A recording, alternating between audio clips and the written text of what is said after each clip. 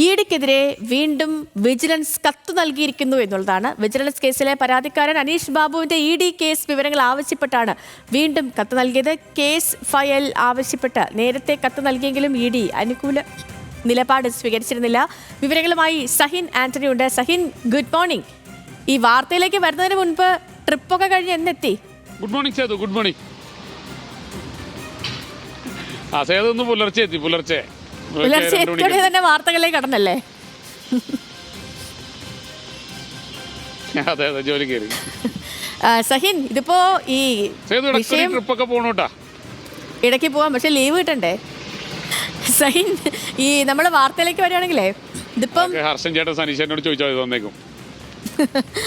പ്രതീക്ഷയാണല്ലോ സഹിൻ, നമുക്ക് നോക്കാം.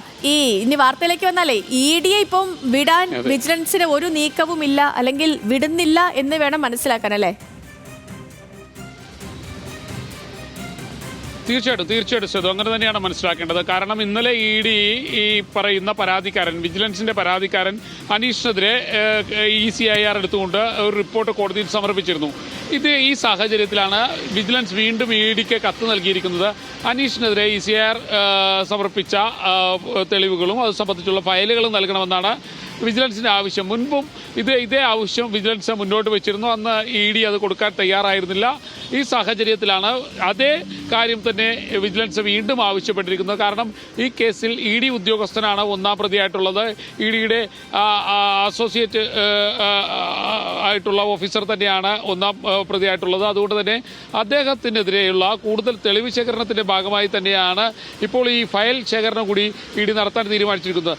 അതോടൊപ്പം തന്നെ ഇഡി ഉദ്യോഗസ്ഥനെതിരെ കേസെടുത്ത ഒരു സാഹചര്യം ചോദിച്ചുകൊണ്ട് ഇഡി വിജിലൻസിന് കത്ത് നൽകിയിരുന്നു. ഇഡിയുടെ ഇതേ സമീപനം തന്നെയാണ് വിജിലൻസ് സ്വീകരിച്ചിട്ടുള്ളത്. വിജിലൻസും ആ കേസ് സംബന്ധിച്ചുള്ള ഒരു ഫയലുകളും രേഖകളും ഇഡിക്ക് കൈമാറിയിട്ടില്ല. എന്തായാലും ഇഡി ഉദ്യോഗസ്ഥരും വിജിലൻസും തമ്മിൽ നേർക്ക് നേർ വരുന്ന ഒരു ഫൈറ്റിലേക്ക് കാര്യങ്ങൾ പോകുന്നു എന്നുള്ളതാണ് മനസ്സിലാക്കേണ്ടത്. സേതു. ഓക്കെ സഹിൻ, വ്യക്തമാണ്. അപ്പോൾ ഇഡിക്ക് വീണ്ടും കത്ത് നൽകിയിരിക്കുകയാണ് വിജിലൻസ്. ഇഡിയെ വിടാൻ വിജിലൻസിന് ഉദ്ദേശമില്ല എന്ന് വേണം മനസ്സിലാക്കാൻ. വിവരങ്ങൾ നൽകുകയാണ് നമ്മുടെ സഹിൻ ആന്റണി. ഇന്റർനാഷണൽ ട്രിപ്പ് കഴിഞ്ഞെത്തിയ സഹിൻ ആന്റണിയാണ് വിവരങ്ങളൊക്കെ നൽകിയത്.